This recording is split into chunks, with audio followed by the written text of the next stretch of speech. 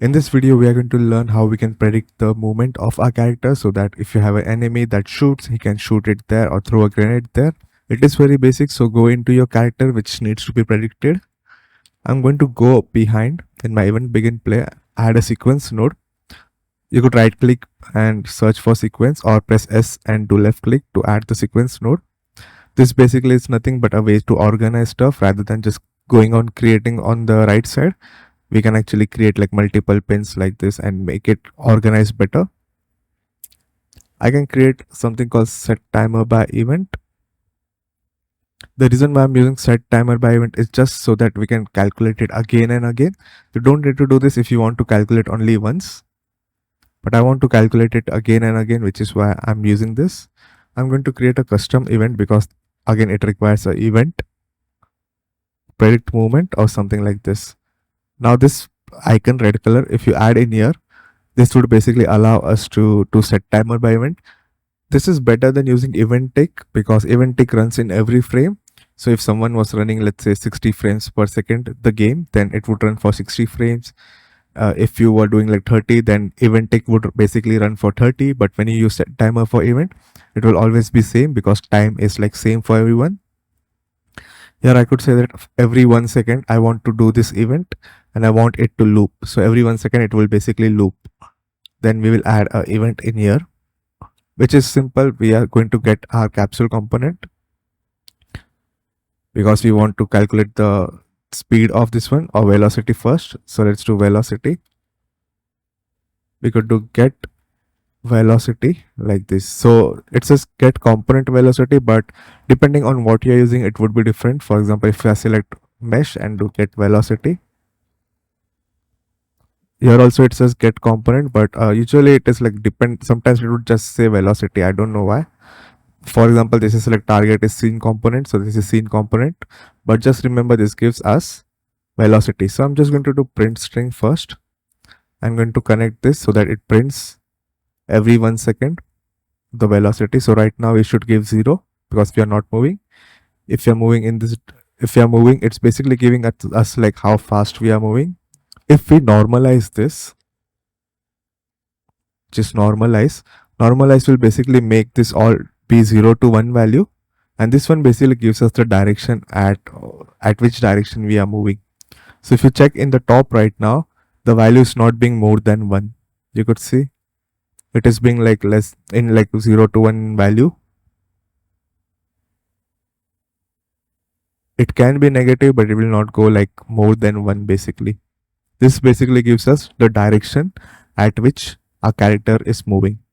Now if I multiply this one with a value, so if I multiply, let's create this as float so that we can type 500 on 3 of them, but it's easier to just type 500 once like this so that all 3 values get multiplied with 500 because it's a vector, right? So 3 values are there. If I now go up, you will see that it is now been multiplied by 500.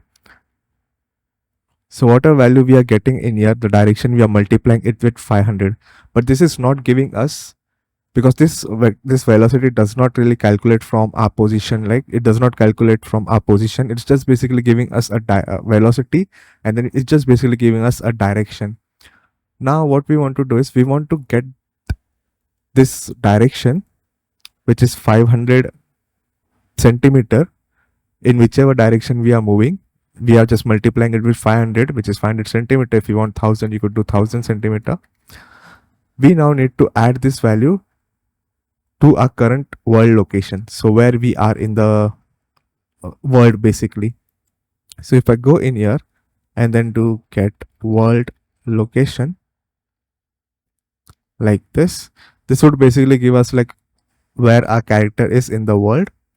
For example, if our character was around here, it says like this values, right? And when it moves, it basically would be that one. We will basically say that we want to get our world location and add this value, which is a direction and which direction we are moving, basically this one. And we are saying, hey, add, we are basically getting which direction it is moving. We are multiplying it by 500 so that it is 500 centimeter in that direction, and we are adding it to our world location. This one would basically give us a location basically where our where our like character is moving, but again you cannot see anything, right? So let's create a draw debug sphere like this. Instead of print string, we can do draw debug sphere. And you know what, before we do this, let's just check this, and then let's just try to check how much this gives. So I'm going to give this as the center.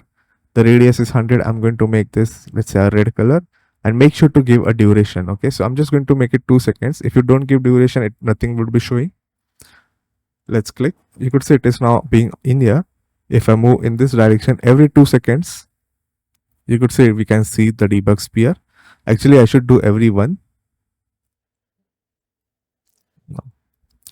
So this duration is basically how long this debug sphere should stay, but this sphere is being created every 1 second. You could see if I was moving behind, if I was moving right, if I was moving like this diagonal, you could see it is now giving me a predicted path of where I'm moving. Let's say if I didn't add this, let's see what would be we would get.